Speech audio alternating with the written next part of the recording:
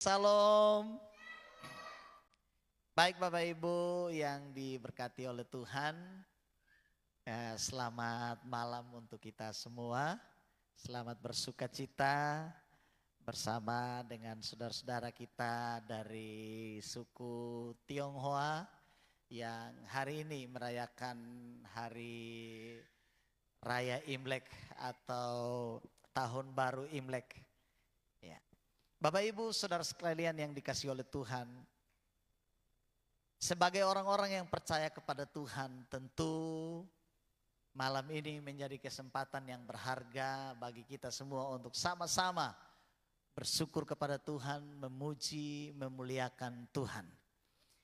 Oleh karena itu Bapak Ibu sekalian, saya ajak kita semua sama-sama belajar firman Tuhan dari Matius pasal yang ke-10. Matius pasal yang ke-10 ayat 16. Matius pasal yang ke-10 ayat 16. Kita akan sama-sama membaca firman Tuhan ini karena hanya satu ayat. Nanti sebentar saya akan ajak kita semua untuk lihat beberapa ayat yang berhubungan dengan ayat ini. Mari kita baca secara bersama-sama perikopnya, penganiayaan yang akan datang dan pengakuan akan Yesus. 1, 2, 3. Lihat, aku mengutus kamu seperti domba ke tengah-tengah serigala. Sebab itu hendaklah kamu cerdik seperti ular dan tulus seperti merpati. Saya baca ulang firman Tuhan ini. Lihat, aku mengutus kamu seperti domba ke tengah-tengah serigala. Sebab itu hendaklah kamu cerdik seperti ular dan tulus seperti merpati. Bapak Ibu saudara-saudara sekalian yang dikasihi oleh Tuhan, malam hari ini adalah malam yang luar biasa bagi saya dan saudara, di mana kita semua boleh berkenan hadir dan mengucap syukur kepada Tuhan atas apa yang Tuhan kerjakan, Tuhan lakukan dalam kehidupan kita hari lepas hari, minggu lepas minggu, bulan lepas bulan, tahun berganti tahun. Mau kalender Masehi kah, kalender Cina kah, kalender apapun, tapi yang pasti semua hari-hari dan waktu-waktu dalam hidup kita itu dihitung sedemikian rupa. Dan kalau kita bisa melewati tahun-tahun yang luar biasa, itu pertanda Tuhan masih pelihara saya dan saudara. Amin Bapak Ibu. Amin. Malam ini Bapak Ibu saudara sekalian, firman yang kita telah baca bersama mengajarkan kepada kita hal-hal yang sangat penting. Di mana dalam pembacaan ini murid-murid Tuhan yang telah dipanggil oleh Tuhan dan mereka diutus oleh Tuhan. Dan Tuhan Yesus berkata kepada mereka, lihat, aku mengutus kamu seperti domba ke tengah-tengah serigala. Bapak Ibu sekalian yang dikasihi oleh Tuhan, ada sebuah kenyataan kehidupan yang harus dihadapi oleh murid-murid Tuhan, yang harus dihadapi oleh anak-anak Tuhan. Dan kenyataan itu adalah sebuah penderitaan. Kenyataan itu adalah sebuah pergumulan. Kenyataan itu adalah sebuah tantangan. Sebuah persoalan yang harus dihadapi. Mau tidak mau, suka atau tidak suka, saya dan saudara akan berhadapan dengan kenyataan itu. Makanya di sini Bapak Ibu saudara sekalian, ketika Tuhan Yesus mengutus murid-muridnya untuk memberitakan Injil, Tuhan Yesus berkata, aku mengutus kamu seperti domba ke tengah serigala. Bapak Ibu bisa bayangkan, kalau domba ada di tengah-tengah serigala, Apa yang akan terjadi dengan domba-domba itu? Kalau dalam terjemahan di sini, Bapak Ibu, terjemahan bahasa Yunaninya, ini bukan domba dewasa, ini anak domba. Bukan domba dewasa, ini domba kecil. Anak-anak domba yang kelihatan lemah, tidak berdaya, tidak kuat. Diterkam sedikit saja selesai. Mungkin serigala datang 1 ekor langsung terkam, hap, langsung selesai. Tidak punya kekuatan apa-apa. Tapi di sini dikatakan, aku mengutus kamu seperti anak domba ke tengah serigala-serigala.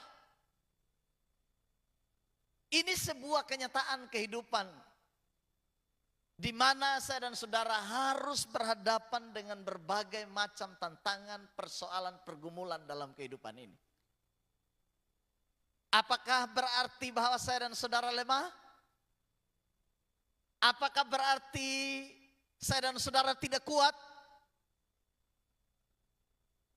Ketika kita berhadapan dengan serigala-serigala, ketika berhadapan dengan tantangan, dengan persoalan, dengan pergumulan, dengan kesusahan, apakah hal ini menunjukkan bahwa kita tidak kuat? Tentu saja bahwa tidak ada anak domba yang kuat terhadap serigala. Betul tidak Bapak Ibu? Tidak ada. Dalam teori apapun tidak ada. Tapi kita lihat di sini Bapak Ibu Saudara sekalian, seekor anak domba yang tidak memiliki kekuatan apa-apa. Justru disitulah kita lihat bagaimana Tuhan membela kita di dalam setiap tantangan, persoalan dan pergumulan dalam hidup ini. Katakan amin. Bukan di saat saya dan saudara merasa kuat. Bukan di saat kita merasa bisa dan mampu. Pembelaan Tuhan itu justru datang di saat saya dan saudara merasa tidak kuat dan tidak berdaya, tidak mampu berbuat apa-apa. Makanya Bapak Ibu sekalian yang dikasihi oleh Tuhan, firman Tuhan berkata dalam ayat yang ke-19 dikatakan begini, apabila mereka menyerahkan kamu, jangan khawatir. Akan bagaimana dan akan apa yang harus kamu katakan? Karena semua itu akan dikaruniakan kepadamu pada saat itu juga. Karena bukan kamu yang berkata-kata melainkan roh Bapamu. Dialah yang akan berkata-kata di dalam kamu. Justru di dalam kelemahan itulah Tuhan hadir dan mendampingi saya dan saudara melalui Roh Kudus-Nya. Katakan amin. Ya. Murid-murid mungkin ditangkap, diperhadapkan kepada penguasa-penguasa, imam-imam kepala, ahli-ahli Taurat. Mereka tidak tahu harus jawab apa. Tapi firman Tuhan berkata, Roh Kudus akan diberikan kepadamu. Kamu akan didampingi, akan dihibur, akan dikuatkan. Sehingga kamu mampu memberi pembelaan di tengah-tengah kelemahan kamu. Disinilah kita belajar bahwa di tengah-tengah keterbatasan kita, Tuhan datang memberi kita kekuatan dan kemampuan untuk menghadapi setiap tantangan dalam hidup ini. Amin. Amin. Apakah murid-murid kurang dekat dengan Tuhan? Bukan. Bukan persoalan kurang dekat dengan Tuhan. Mereka setiap hari bersama dengan Tuhan. Bahkan Tuhan yang utus mereka. Tapi kenapa harus ada masalah? Kenapa harus ada pencobaan? Harusnya mereka bebas hambatan. Betul tidak Bapak Ibu? Karena mereka setia iring Tuhan, ikut Tuhan, layani Tuhan. Harusnya bebas hambatan, bebas persoalan, bebas masalah. Dengar Bapak Ibu sekalian. Melayani Tuhan, mengikuti Tuhan, mengiring Tuhan. Bukan berarti saya dan saudara bebas dari masalah. Masalah tetap ada. Tapi Tapi yang luar biasa adalah di tengah masalah itu Tuhan dampingi kita. Tuhan hadir dan beri saya dan saudara kekuatan. Beri kita kemenangan. Sehingga kita mampu melewati hari-hari yang sulit dalam hidup ini. Amin. Itu luar biasanya Bapak Ibu sekalian. Itu sebabnya Tuhan Yesus berkata begini. Sebab itu hendaklah kamu cerdik seperti ular dan tulus seperti merpati. Sesudah Tuhan Yesus menggunakan ilustrasi domba di situ. Dia mengatakan hendaklah kamu cerdik seperti ular dan tulus seperti merpati. Di tengah-tengah tantangan, di tengah-tengah persoalan dikatakan hendaklah kamu cerdik seperti ular. Maksudnya apa ini Bapak Ibu sekalian? Cerdik seperti ular ini. Ular itu kalau di Israel adalah salah satu binatang gurun yang memiliki tingkat kewaspadaan yang tinggi terhadap bahaya. Memiliki tingkat kewaspadaan yang tinggi terhadap masalah. Dia sudah bisa membaca gerak-gerik, ini ada masalah di depan. Dengan kecerdikannya ia berusaha untuk menghindari masalah. Kata cerdik di sini juga diterjemahkan dengan kata bijaksana. Selain diterjemahkan dengan cerdik, juga diterjemahkan dengan bijaksana. Ular memiliki kecerdikan, tingkat kebijaksanaan untuk kalangan binatang, ya, untuk kalangan binatang. Memiliki tingkat kewaspadaan yang tinggi terhadap bahaya. Itu ular. Itu sebabnya dikatakan, hendaklah kamu cerdik seperti ular. Artinya begini Bapak Ibu sekalian. Dalam segala keadaan saya dan saudara memiliki kewaspadaan yang tinggi. Memiliki kewaspadaan yang tinggi. Mampu membaca situasi. Mampu membaca keadaan yang ada di sekeliling kita. Mampu menghindari bahaya. Bahkan menghadapi bahaya sekalipun. Itu ular. Bapak Ibu saudara sekalian yang dikasihi oleh Tuhan.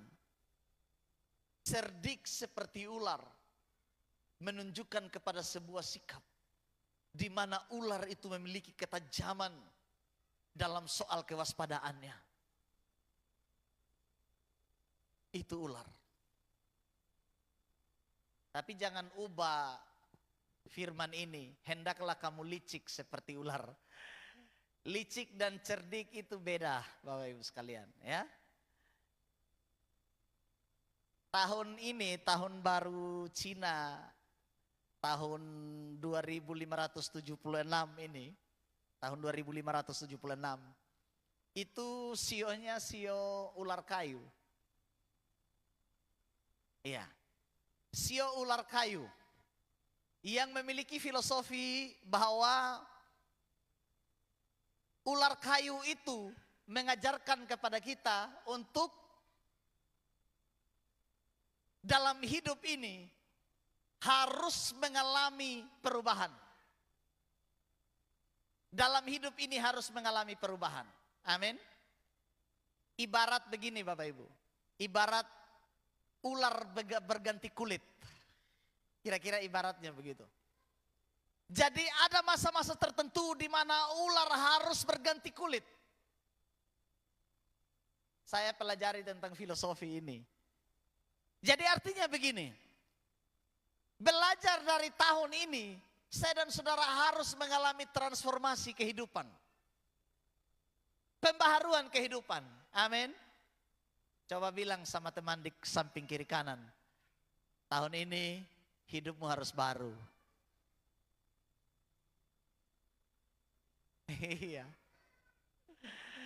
Tahun ini hidup saya dan saudara harus menjadi hidup yang baru.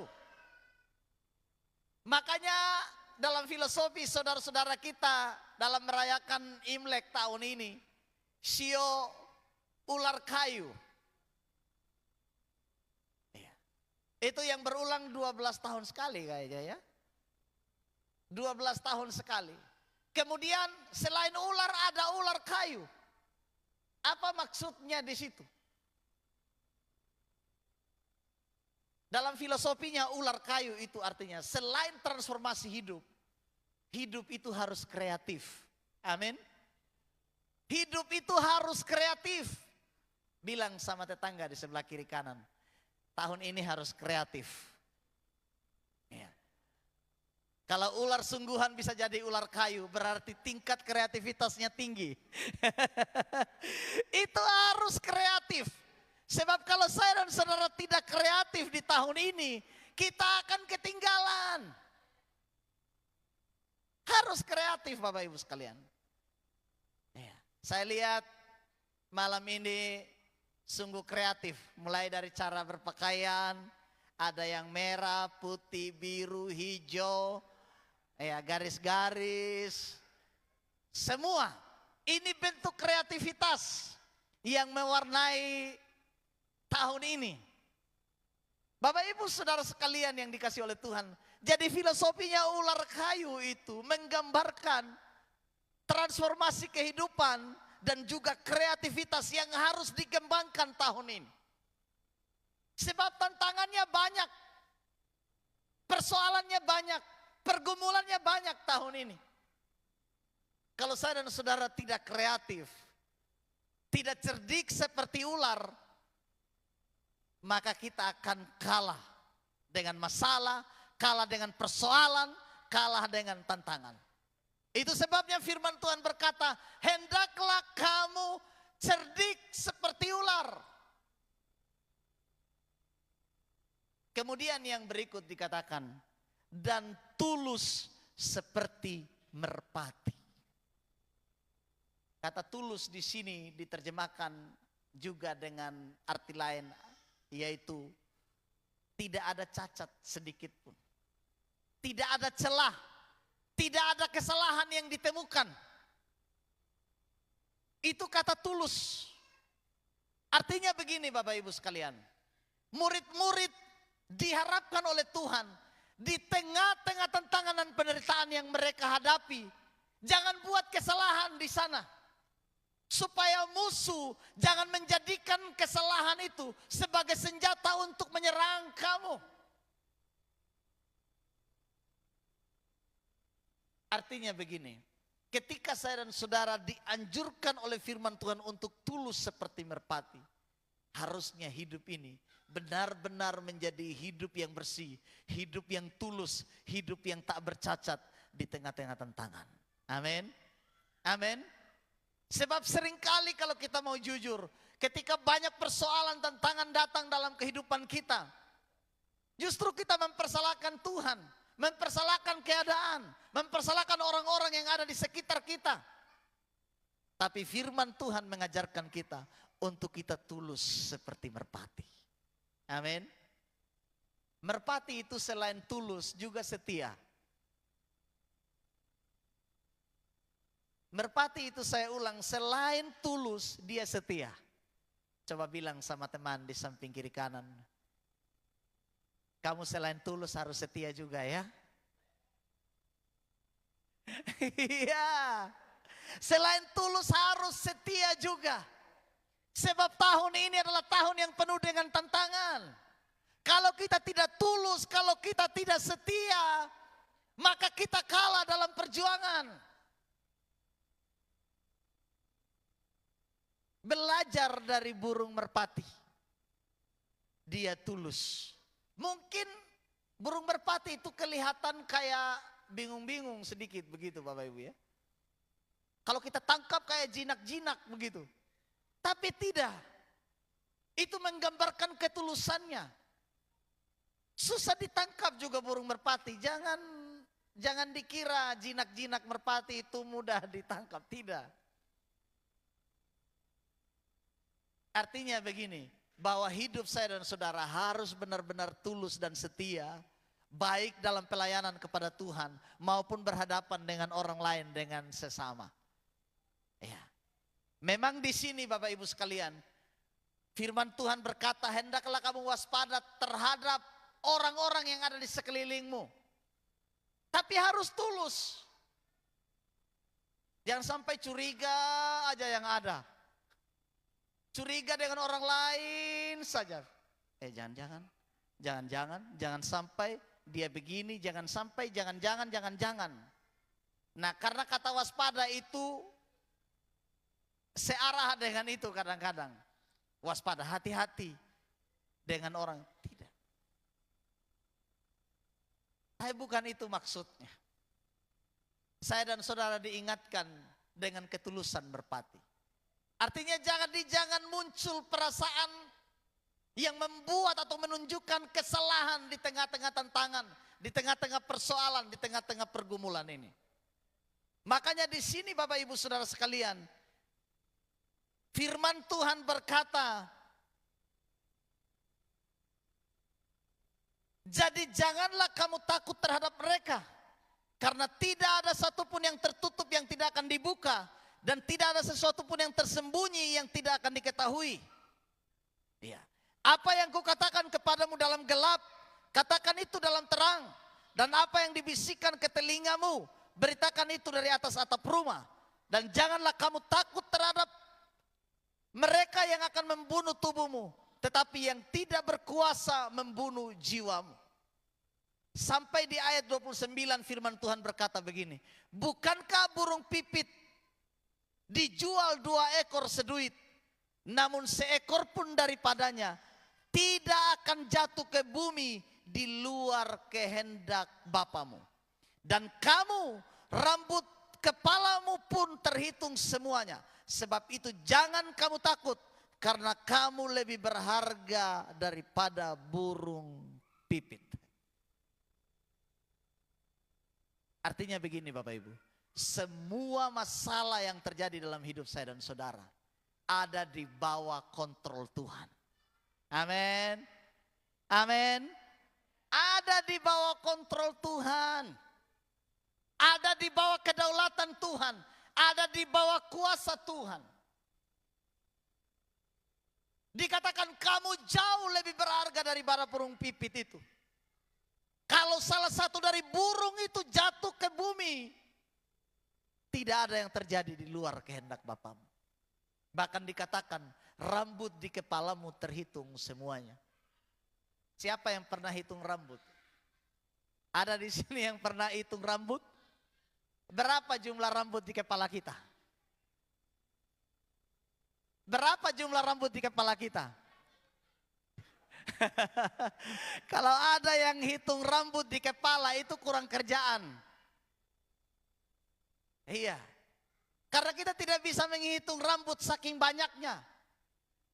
Tapi kalau firman Tuhan berkata, rambut di kepalamu terhitung semuanya. Artinya begini, bagian terkecil yang tidak kamu pikirkan saja, Tuhan pikirkan. Amin. Tuhan lakukan, Tuhan kerjakan. Itu sebabnya tidak ada ruang bagi ketakutan dalam hidup kita. Amin. Tidak ada ruang bagi kekhawatiran.